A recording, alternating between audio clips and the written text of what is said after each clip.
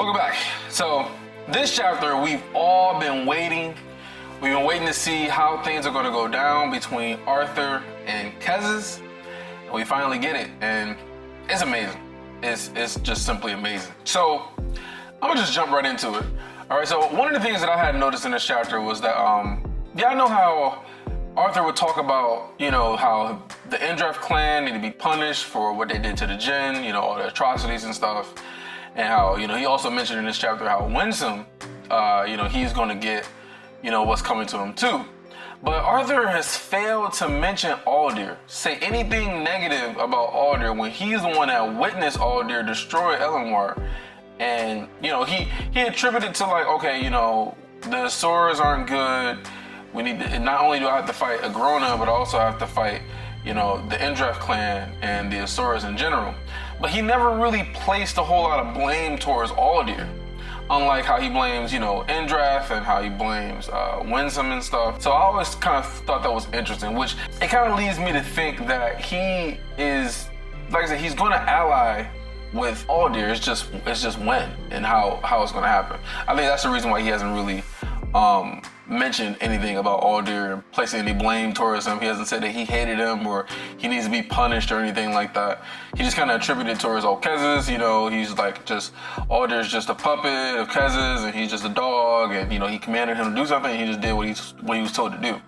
But he doesn't look at Winsome that way either, so I kind of thought that was interesting. Now, the face-off against Kezess, man. We get a different scenery. We don't be in the castle. We literally go to the cottage that Meyer, I guess it's Meyer's cottage, but we go to the cottage and that's where they get the face-off. And it's pretty intimidating, man. Like, we don't know how Arthur's gonna handle this. We don't know how Kezess is gonna react. But Kezess is just lounging around in a chair, just chilling.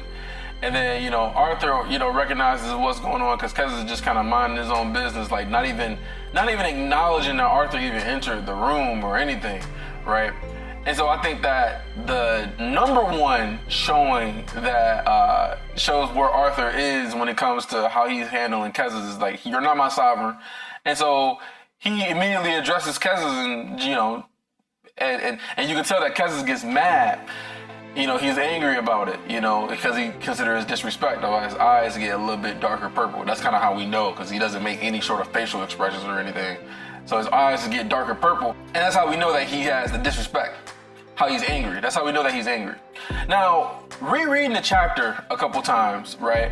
Now, I was able to kind of figure out more of exactly what was being said in the chapter. So, for example, when Kezess mentions about how much he knows about Arthur and his past life and how, he didn't accept his advice and how, he's giving advice from someone who's been living for centuries, thousands of years and whatnot, I thought of it like, oh, Kezess knows a lot more than what he led, than what he showed in the beginning, right? That's what I kind of thought about. Like, oh yeah, he knew a whole lot more. But the way that Arthur responds to it, he doesn't buy it. He was like, I don't think you know as much as you pretend to, or something like that, right? And so I'm just like, oh, okay. Because Arthur clarifies it by saying that if you knew all this, you would have killed me, you would have killed Tessia, you would have killed Elijah, you would have killed one of them to prevent Agrona from being able to reincarnate the legacy. But he never did. So I think that he's just kind of full of shit, that he didn't really know about Arthur's past or anything. This is all just like new information that he's getting. And so part of that discussion leads to the first jab from Arthur, where he says to Kezess, how did Agrona get so far ahead of you? And obviously Kezess is pissed, man. Kezess is pissed. He's not really trying to show it, but he's pissed. And I'm just like, okay, we got a jab from Arthur, right? We got a jab. Now we get to the scene where Arthur actually, he expected the threat, I will destroy you, whatnot, from Kezess, and he expected the mention of Sylvie and how, he let her die. Now, we didn't really know exactly how much Kezess actually valued Sylvie, we like how much he cared. Like, we knew that, like, he cared to some extent because he wanted her to be stronger and blah, blah, blah. Oh my God, your mana levels are low. but we didn't know to what extent that he cared, because it didn't really seem like he cared about Sylvia. So it's like, okay, his granddaughter, is he really going to care about her? And so he kind of does. He kind of does care about her, and he said that was his protection. You know, that him having a bond with Sylvie was his protection to keep him from Kezess actually doing anything to him, which is interesting. That's new information. But he finally sees that, you know, Sylvie is not dead like he assumed, that she's actually trapped inside of this this sphere, this little pebble sort of thing. And we also learn too that Kezess is one, he's familiar with it. He's familiar with the ether art that she used to get in that state. And then two, he doesn't know how to get her out, which is the reason why he told Arthur in the first place, okay, you know, I hope that you're gonna, you know, get her out of there or whatever, or revive her. And he was like, yeah, of course, you know, she's my bond. And so, you know, Arthur can still use that as a sort of leverage over him, because he obviously wants to see Sylvie again, or at least get her back, or something along those lines, right? Because he didn't just immediately take him away from Arthur like how he could have. He could have just took her away from Arthur and was like, oh yeah, she's gonna be with me and I'm a trainer and blah, blah, blah. But he didn't want to do that. So that's kind of how it ends with the whole, you know, how Sylvie is gonna play a part when it comes to Kezess and, you know, the protection that it's going to have over Arthur. Now, one little tidbit that I did peep in that that interaction was that Kezess knew that Arthur had reached the third phase of Sylvia's beast will.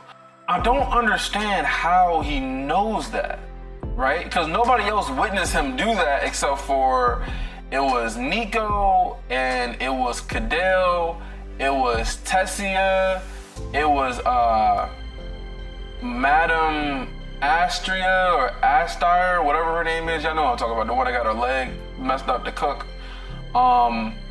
It was one of her other students, and like, but it was nobody. It was no Asuras or anybody or anything like that witnessed it. But he knew that he reached the third phase of her will, and he said that, you know, that was, you know, admirable, you know, or impressive. He said that was impressive that he reached the third phase of her will.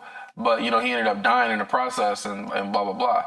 And so I'm really just curious, like, how does he even know that in the first place? Like, we know he had spies and stuff like that. That's how he's keeping tabs on what's going on in Alacria. But how did he know, right? And this also, I can make a whole video about the third phase of his will, of her will, because it's just like, is that something that only the dragon race you can do, reach the third stage of their will, or is it with any sort of beast will that you can reach the third stage? So, for example, can Ellie reach the third stage of her beast will? Can Virian reach another level of his beast will? Same thing with Tessia / Cecilia. Can she reach, you know, the third phase of her beast will? I don't even know if she reached the second phase, has she? I don't think Tessia reached the second phase of her beast will, right? No, I don't think so. I don't know. I don't know about that one. Now, another thing that people was mentioning in the chapter was about the spider. I didn't really think anything of the spider when I first saw it, but other people mentioned that, oh, it might be Meyer. Meyer might be the spider, or might be in control of the spider or whatever. That's her, like, kind of like, you know, peeping in on the conversation. And I actually think that's a pretty good idea. Like, it might be Meyer. It might be Meyer that's just kind of eavesdropping on the conversation. You know, Kezess found out after he stopped time, and then, you know, squished it, like, no, you're not allowed to, you know, be on this conversation. But then again, the way he talked about it was like, oh yeah, she's gonna miss it. Like, she's like busy doing something else. Like, I don't know, maybe she's busy doing something. I don't know. But that's just like one little interesting thing that had happened. Now, when we get to the negotiations, right? Now, I wish I would have thought of this, because it makes so much sense what Arthur ended up deciding to do. Like, the reason why he came there was that he was there to bargain. He was there to bargain his insight into ether to get protection from Ephiodus. So, like, how did I not think of that? That's what he wanted. He wanted to use his insight to get protection from Kezess. Because he knows, right? Arthur knows that he can't leave them by themselves and have them be safe, his family be safe. That's why he did what he did with the Lances, right? We're helping them, get the restraints from the artifact that they had used to get to White Core, and having them go, further beyond, right? So he got the restraints off of them to help them get stronger. But then also at the same time, he has to be there because they're not strong enough to protect him. So he needs them to be strong enough, and he needs protection from Agrona, so that way he can go dip back into the relic tombs, so he can get some more insight, get some more god runes, maybe find another big ass crystal that's full of, condensed ether and can make another layer to his core. Like, he needs to get stronger, because otherwise he's going to just be at a stalemate as long as he stays in Decathlon. Like, he needs to get back to the relic tombs to get stronger. That's how he's gotten to this point that he is right now. It's just by going to the relic tombs, going to different, and then he also has to go. He's only been to one of those places that the memories that Sylvia had implanted in his head. He's only been to one so far, so he's still got 3 more to go to. So he still has a lot of work to do. Now, back to what I was saying. So when it comes to the bargaining, right? I really wish I would have thought of that, because it makes so much sense. But so the agreement that they made is that Kezess is going to protect Decathlon and protect Alacria from any sort of collateral damage from the fights between the Asurus, the Victor clan and all of Epiotis. So he's going to protect the 2 continents, and then number 2, he's going to help Arthur by preventing Agrona from retaking Decathlon. So he's going to provide them some sort of support to stop Agrona from being able to retake Decathlon. So, that's great. That's great. And all Arthur got to do is give him a little bit of insight. Now, Arthur's second jab that he made towards Kezess was back when he was talking about the Jinn again, right? So Arthur had said to him, and it got Kezess pissed off again, was that you torture and exterminate an entire race chasing their insight, but you didn't learn a damn thing, did you? Now, as soon as he said that, Kezess is pissed. The Rolling Thunder coming back again or whatever, man, he's just... But then Arthur, he knows that he can't go much further than that, so that's why he's like, I don't want to piss him off too much and make things even more difficult, so that's why he just kind of stops there. But, man, Arthur with the jabs, man. Arthur with the jabs. We knew he was going to come in swinging, right? We knew he was going to come in swinging, but, whoo, man. And then also when he says, when Kezess was talking about greed and how,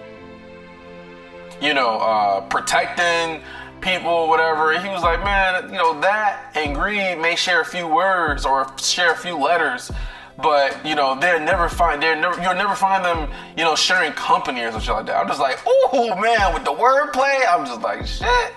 Arthur just, man, just the mental game that he can play, man. He knows how to play the game. Okay, I gotta start talking about the other little play that Kezess tries to do with the whole Aldir sob story, right? Like, he will say, here's a second part to, my offer was that, I want to give your people justice. Your justice is my justice. Aldir, he used the World Eater technique, and it corrupted him, from the spirit, it corrupted his spirit, and he's not thinking well. And, we sent some people out to come help him, people that he trained under, some other dragons, and he slaughtered them. And so, I offer you justice, getting Aldir killed. And then, bro, this dude, Arthur, this is probably my favorite part in the entire interaction, is that Arthur just burst out laughing, man. He literally just burst out laughing. And Kezess, we know Kezess don't really make a whole lot of facial expressions, right? But he tried to make this little somber face when he's talking about Aldir, like he's so sad and just, Aldir, he butchered, the people that he helped raise and blah, blah, blah. And then the motherfucker Arthur just started laughing, and he went back to his just regular, plastic face. Just like, yo, you thought he was gonna fall for that bullshit? But Arthur did learn that Aldir, he He's been like he left the clan, or he left Ephiodus or whatever, and he's coming to Dicathon. So that's more information that Arthur can use. Like, okay, how am I gonna handle this? And so, part of the second agreement is that he can't work with Aldir or provide him any sort of shelter or make him an ally. Otherwise, it's going to avoid the second part, or it's going to avoid the whole agreement. With them helping out with Agrona and providing the protection. Which to me, I'm just thinking about that, and it makes a lot of sense for Arthur to just go along with it, because he can just change his mind, and once he feels as though Aldir is more valuable than Kezess, like the relationship between Aldir is more valuable than having a relationship with Kezess, he can just break it and then just say, okay, fuck it. Like, if you want to come down and do something to us, Aldir, Ren, and all the rest of us, we're strong enough to be able to protect ourselves, so we don't need you anymore. But right now they need him. So a lot of this is really going to depend on like what Aldir is actually going to do, what kind of services he's going to provide. I'm really, really curious like what Aldir is planning on doing and like how he's going to do it. Does he have a plan? Like, he's not Ceres. Like, Ceres thought all this shit through. She had plans and she had things all planned out. But Aldir, he just did this just on a whim. Like, he was just like, this ain't right. He's not worthy of service anymore, and I'm about to try my luck with Arthur and see where this can go. And so I'm really curious about, but Aldir is not a dumbass, so he has to have some sort of plan. So I'm really, really curious how he's gonna make things work with Arthur, and then knowing that he destroyed Elenwar, and like we know he's remorseful about it. That's why when he met the three lances, and they were attacking him, Aya was pissed off. She was throwing all her spells. He was just letting it hit him, and not doing anything, just floating with his arms behind his back. He could have easily have done something to them, but he just let them hit him, and just like it is what it is. And he opened up his eyes when he was talking to her too, which is another sign of respect. Is that he opened up his eyes when he was addressing her, to let her know, like, yeah, like, I respect you. I'm not gonna just, like, you understand what I'm saying? Like, he respected them, and he, like, he saved them. He didn't want to kill him the way that, his master ended up, commanding him to do. So, which I don't even think Arthur even knows about.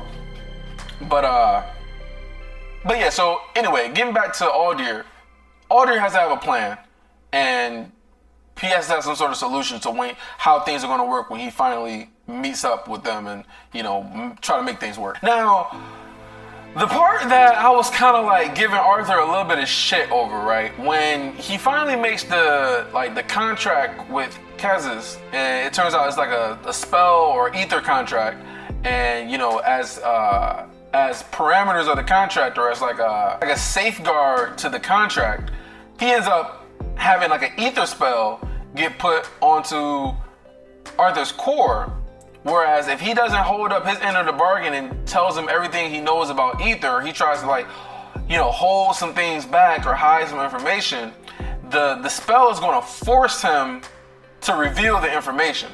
And if he still resists and doesn't reveal the information, then the spell would end up killing him. It end up devouring his core and killing him. Arthur said that that's what it would do. So it's not like the spell couldn't do that. Like, it was definitely going to do that. And so I was giving Arthur shit at first, because I'm just like, man, like, how did you not prepare? Like, how you gonna just shake his hand and you not prepare anything? Like, you could have used ether to try to block the spell from activating or something. Like, how you just let him just put a spell on you and have it go to your core? And like, I was kind of giving him shit like, what the hell is wrong with you, Arthur? Like, you prepare all this stuff in advance, but now all of a sudden you getting caught off guard with a ether spell that you couldn't like repel or resist. But Arthur ended up making things right by using his own ether to absorb Kezess' ether and purify it and make it his own, which therefore changes the intent of the spell. So now the purpose of the ether doesn't exist anymore, because now it's Arthur's ether, which is the first time we've seen him do something like this, because that's what he says, the first time dealing with someone who's an ether wielder as well. And I'm just like, damn. Now I did make a mistake though, because when I was first reading it, y'all had watched my live reaction. When I was first reading the chapter, I thought that he used Aurora's Requiem to somehow reverse what the spell was going to do. But what actually happened was he just used Aurora. Okay, so let me go back a little bit. So when he was using Realm Heart and he was going over the spell and he was starting to understand, like, okay, if he holds some things back with Realm Heart, it's going to force him to reveal it, right? So he was only using Realm Heart to just show the like that he can see all the ether and he can see the mana and all that other stuff, but he didn't show or reveal that he can use ether to manipulate mana. Now that was part of the spell that he didn't show. But if he would have continued on showing Realm Heart, it would have forced him to reveal it. And if he would have resisted, it would have devoured his core. So that's why he ended up stopping and switching to Aurora's Requiem, because Aurora's Requiem is just one thing. It reverses matter and things, whether it be spells, whether it be artifacts, whether it be a brick wall or whatever, a portal, whatever it is, it just reverses things, right? And so it's not that complicated. There's no like second layer to it that he can like hold back or not reveal. So that's why he imbues Ether to use Aurora's Requiem, uses that as a distraction while Kezess is just paying attention to Aurora's Requiem in the insight walk or the insight path. And in the meantime, he's absorbing the ether and making it his own from the spell, and then he ends up reforming the quote unquote chains to mask what he did, so that way Kezess wouldn't be tipped off to see the chains aren't there anymore. You fucked up the spell or whatever. And so that was really what he was doing. And so that was interesting to me, because I'm just like, okay, so he didn't use Aurora's Requiem. So that part I got messed up on. But that still was incredible, the fact that he was able to do that. Like, you were able to take a spell and absorb the purpose of that ether that's going to perform that spell and make it your own, and you can kind of do whatever you want with it at that point. Like, that was pretty incredible. But yeah, man, so I mean, from this point forward, Arthur's just going to show him a little bit. He showed him a little bit of information so far about what he can do, and then now he's going to go back home, and he's going to call him again once Kezess starts holding up his end of the bargain. Now I'm really curious to know, like, how is Kezess going to hold up his end of the bargain? Like, how is he going to protect Dicathon and Alacria? Like, is he going to send some dragons down there to protect them some sort? Is he going to give them some sort of artifacts or whatever to protect them? I'm really wondering, like, what is he going to do to aid and assist them in making sure that Agrona doesn't retake Dicathon? So I'm pretty sure we'll find that out at some point. And then, we'll also find out exactly what Aldir is going to do when Aldir shows up, and how that's gonna work. We just need to get to that part now. I'm really wanting to get to that part and see, what Aldir's gonna do. But yeah, man, that's it for this chapter. It's been crazy, man. It's been crazy. I'm really curious what's gonna happen in the next chapter tomorrow, and I might have a live reaction on the next chapter tomorrow. I'm not 100% sure. But yeah, so that's all I got for you guys today. Peace!